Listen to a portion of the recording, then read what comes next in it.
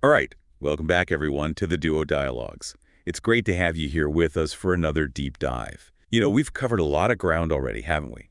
We've talked about really expressing yourself, describing your experiences in detail, and even navigating those tricky tenses, talking about the past, present, and the future. Yeah, it's been quite a journey so far. But today, we're focusing on something absolutely essential for any conversation. The key ingredient, I'd say. We're diving deep into the art of asking and answering questions in a way that just flows, that feels natural and engaging, both for you and the person you're talking to. Exactly. Think about it. Whether you're meeting someone for the first time, having a chat with a colleague, or even just catching up with friends. Right. Every interaction relies on this back and forth. This beautiful dance of questions and answers, it's what keeps the conversation alive. And for anyone out there who's working on their English, mastering this skill can be transformative, honestly. It'll not only boost your confidence, but also make you sound so much more fluent and natural in all kinds of situations. Imagine feeling completely at ease, whether you're chatting at a party, presenting your ideas in a meeting, or simply ordering a coffee. Being able to ask the right questions and respond in a thoughtful way makes all the difference. So today we're going to break down this art of asking and answering questions. We'll look at different types of questions, strategies for responding effectively, and some common mistakes to avoid. We'll even share some tips and tricks to help you keep those conversations flowing smoothly. Ready to jump in? Absolutely. Let's get started. Okay, so let's start with the building blocks of any conversation. The questions themselves. We'll begin with the most straightforward type, often called yes-no questions or closed questions. These questions are designed to get a quick confirmation or a simple piece of information. They typically require a yes or no answer. Right, think about questions like, do you like pizza? Are you from around here? Or did you see that movie everyone's talking about? They're pretty direct, right? Absolutely. But here's the thing. While a simple yes or no is technically correct, it can sometimes feel a bit abrupt, like you're shutting down the conversation. It's like hitting the brakes when you just started the car. Exactly. So how do we avoid that? How can we answer these yes-no questions in a way that keeps things going? The key is to add a little something extra, to expand on your answer and give the other person something more to work with. Give us an example. What do you mean by something extra? Sure. Imagine someone asks you, do you like to travel? Instead of just saying yes, you could say, yes, I do. I love exploring new cultures. My dream trip is to visit Japan someday. Ah, I see. That extra bit about Japan really opens up the conversation. Yeah. They might ask you what interests you about Japan or if you've traveled anywhere else. Exactly.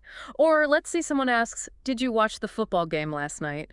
Instead of just saying no, you could try, no, I missed it this time, but I heard it was a nail-biter. Did your team win? Right, so even though your answer is still no, you're inviting them to share more about the game, which keeps the conversation going. It shows you're engaged, even if you didn't watch. Precisely. It's about building that connection. Now let's move on to another essential question type, WH questions, often called open-ended questions. These questions dig a bit deeper. They start with words like what, how, why, where, when, and who. They invite the other person to provide more than just a simple yes or no. Right. Think about questions like, what's your favorite type of music? How was your day? Why did you decide to learn English? Or even something like, where do you see yourself in 5 years?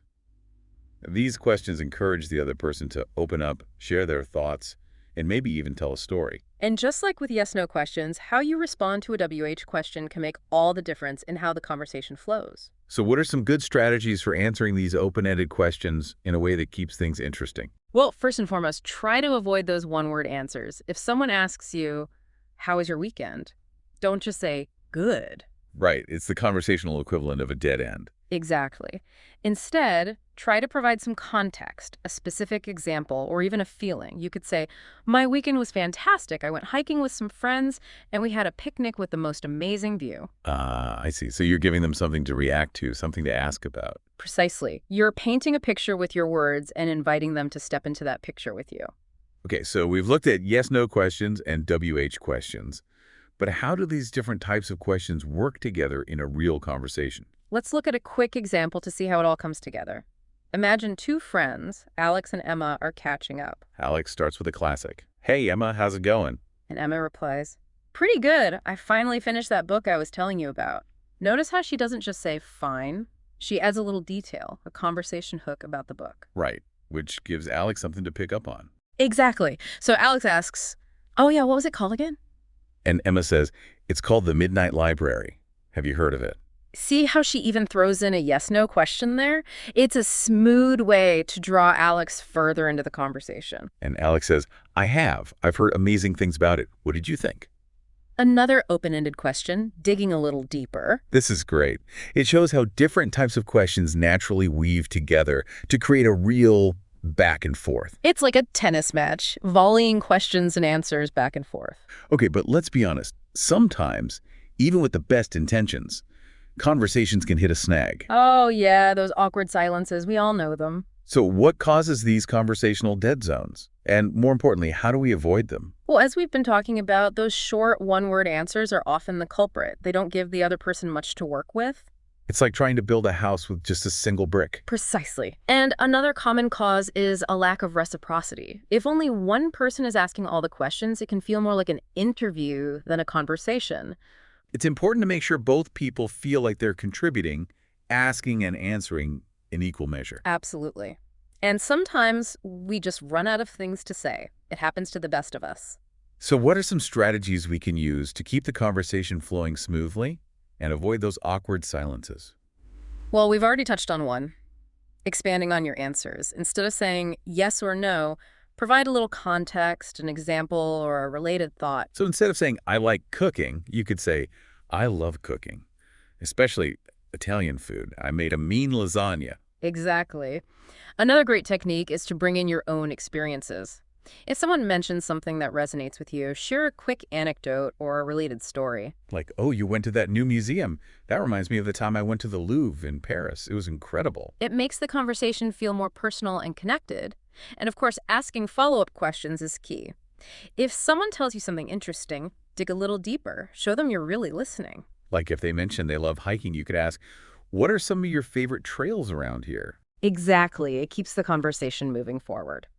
So to wrap up this deep dive, let's recap some of the key takeaways for our listeners. We've covered a lot of ground today. Yes, we have. First, we talked about the power of asking a variety of questions, both yes, no, and open-ended, to guide the conversation and get to know the other person. It's like having different tools in your conversational toolbox. We also emphasize the importance of providing more than just one-word answers, giving those answers some depth and personality to keep things interesting. And let's not forget the importance of follow-up questions. They're the secret sauce for a smooth and engaging conversation. Absolutely. And remember, those awkward silences happen, but we can minimize them by being mindful of how we ask and answer questions.